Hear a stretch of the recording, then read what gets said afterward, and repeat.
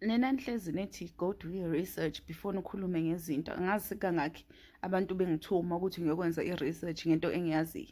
Anyways, ngize la ne-research ukuze ngizokwazi ukuthi ngizonitshela ukuthi ninamanga manisuke nithi abantu bangaphandle abayithatha imisebenzi. Ninamanga mangabe nithi abantu bangaphandle mabekhandela ama-product angene ama-tuck shop abulale iy'ngane into engekho leyo. Ninamanga mangabe nithi abantu bangaphandle abawu-undermine u-government wethu. Ninamanga uma ngabe nithi i-infrastructure la e-South Africa ifa ngenxa yahulumeni and not abantu bangaphandle. Ninamanga. Lawo manga lawo kumele siwaqede namhlanje. I-issue yokuqala ile yokuthi kunamalokhuzana kunama-illicit goods axakile eSouth Africa. Sesiyayifanela nje ne-Banana Republic la umuntu angena azenzele noma yini ayithandayo. Bathi lana illicit goods severely threaten South Africa's economy, costing an estimated 100 billion annually and accounting for up to 20% of the parallel economy. The shadow market drains vital tax revenue from the fiscus, forces legitimate businesses to close, destroys tens of thousands of formal jobs, and funds dangerous organized criminal syndicates. Ngiyayiphinda.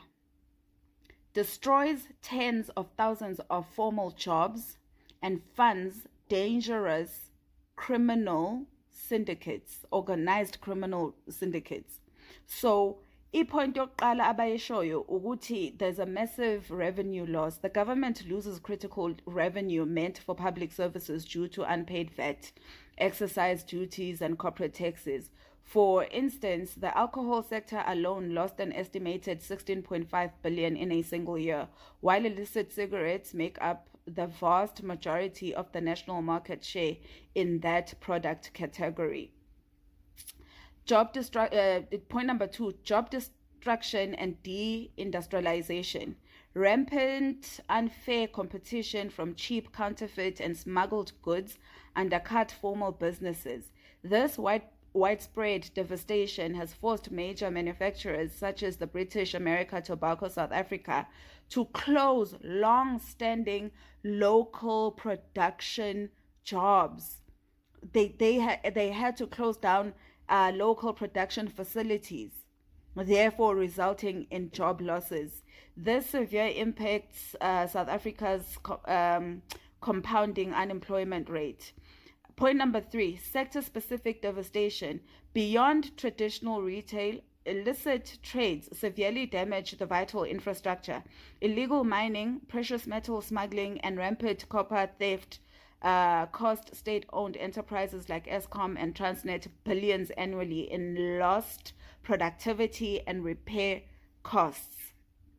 Point number 4, consumer danger. Illicit and counterfeit products entirely bypass quality and safety regulations. Items ranging from fake pharmaceuticals, abo Panado, nabo Grandpa lababayikhandela bona, and toxic agrichemicals to substandard electronic goods put consumer health at severe risk. Point number 5, erosion of governance. The enormous untaxed profits strengthen organized criminal networks, enabling corruption that infiltrates regulatory bodies like the police, the border control. This undermines the institutional legitimacy and deters both domestic and foreign investment. Nibhizi nithi, yeah, we shouldn't be focusing on amalokhuzana, ama-foreigners. We should be focusing on ama-investors and in international relations. Yonke lento is being sabotaged by lama syndicate lawa eniwabuka emancane nithi ama-tuck shops don't pose a threat, they are just crimes. These people are organized, these people are a syndicate, these people are funding ukuwa komnotho wethu, bese nina nithi sibanga umsindo ngezinto ezingekho. Ngicela ukuthi silweni into yokuthi kucanathe nanoma ubani la eSouth Africa. Ngicela ukuthi silweni into yokuthi kufanele ishintshwe iconstitution wethu, particularly the preamble ethi South Africa belongs to all who live in it, because iyona nto eyenza ukuthi abantu babe brazen kangaka in their disrespect, babe izinto ezizizwa zinendawo la, ngoba wonke umuntu okhona eSouth Africa uyabelong eSouth Africa ngokusho kweconstitution yethu. So once we change that, and once we change nezinye zezinto esizaziyo ukuthi ziningi ziproblematic, njengokubuya komhlaba kwethu, njengokulwela ilokhuzana, ukushintshwa kwe-education system yethu, nangendlela i-health yethu eziconducta ngakhona, no border control, ziningi izinto. You have options, njengoba kuvuliwe ukuthi kuzo-reviewa i-constitution yethu. Ngisicela ukuthi niparticipate guys. Kune form kulink yami i-Google form, uzokwazi ukuthi uselect absolutely everything wena onesifiso sokuthi ishintshe kwi-constitution yethu. Ubhale ukuthi yindaba lezo zinto unesifiso sokuthi zishintshe, and awudingi ukubhala ama-sentence amade. You just need to ukuthi ubhale lento oyaziyo ukuthi it is closest to your heart, or lento oyaziyo ukuthi izokwenza umehluko omkhulu for i-future generation. Uyibhale, uyisubmite leyo form. Ama-submissions ayavalwa ngomhla ka-2 July, and we need at least 100 signatures guys. The last time yenziwa le submission by SACR, yenziwa kwaba namalokhuzana ama-signatures out 30,000. We need to do at least 100,000. And ngiyazi ukuthi we can do a whole lot better guys. Ngiyazi ukuthi singayibreaka i-record, sibuye no 500,000.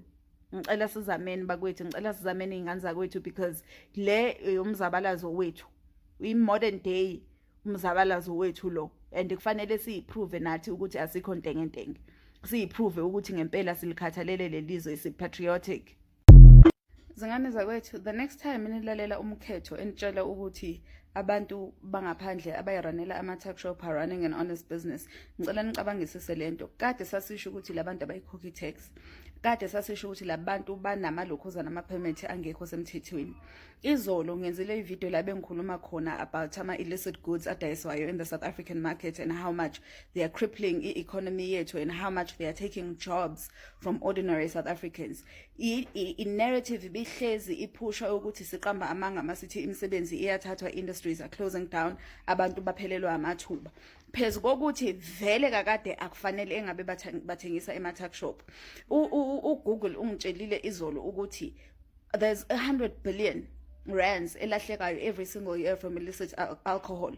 Kwashiwo ukuthi utshwala ilokhuzana ugwayi on the other hand is responsible for tax evasion enkulu kakhulu kunotshwala, ngenxa yokuthi easily accessible, ushibhile futhi. Again, kusayukuphucwa kwabantu imisebenzi, and these people are not participating in the South African economy.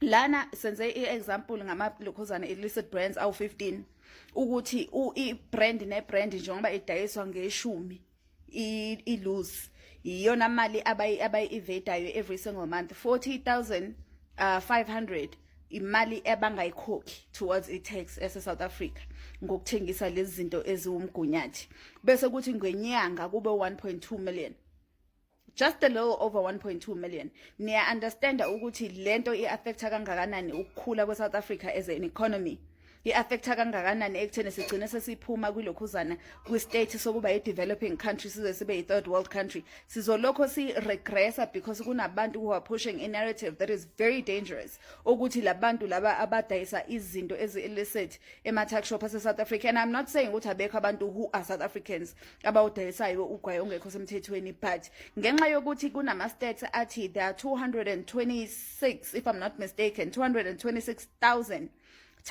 tuck shops eSouth Africa ownwa abantu bangaphandle.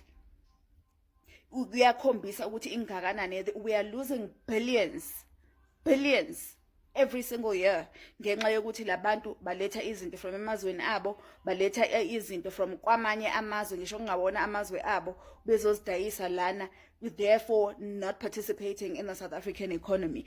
Unyaka uthi uphela i-tuck shop eyodwa, this is an example for i-tuck shop A1, isuke ingakhokhanga u 14.7 million in Texas ngogwayi wodwa. Asikakabala ama-grandpa, asikakabala ama-panado, asikakabala ama-drink wabo wamanga, asikakabala ama-snacks wabo wamanga, asikakayibali zonke lezi zinto esaziyo ukuthi ziwumgunyathi abayikhandela zona nabayilanda kwamanye amazwe bayirepackage izinto ezi-familiar to us. I-economy yase-South Africa iyafa. Uhulumeni wenu udlala indima, nani bomukhetho nawo wonke ama-content creator who keep pushing a narrative yokuthi thina sinenzondo, abantu are making an honest living. There's nothing honest about ukuthatha u-14.7, there's almost 14.8 million per year from our government wethu. There's nothing honest about that. There is absolutely nothing honest about abantu abangena ngama-student visa beno-40 berana ama-tuck shops benza izinto ezi-illegal. There is nothing honest about abantu who are funding criminal activities in South Africa. There's nothing honest about abantu who are in bed with ama-officials ethu ukuze kuzoskuzeka out ama-natives from ilokhuzana participating in certain sectors in this country. So ngicela nivuleni amehlo.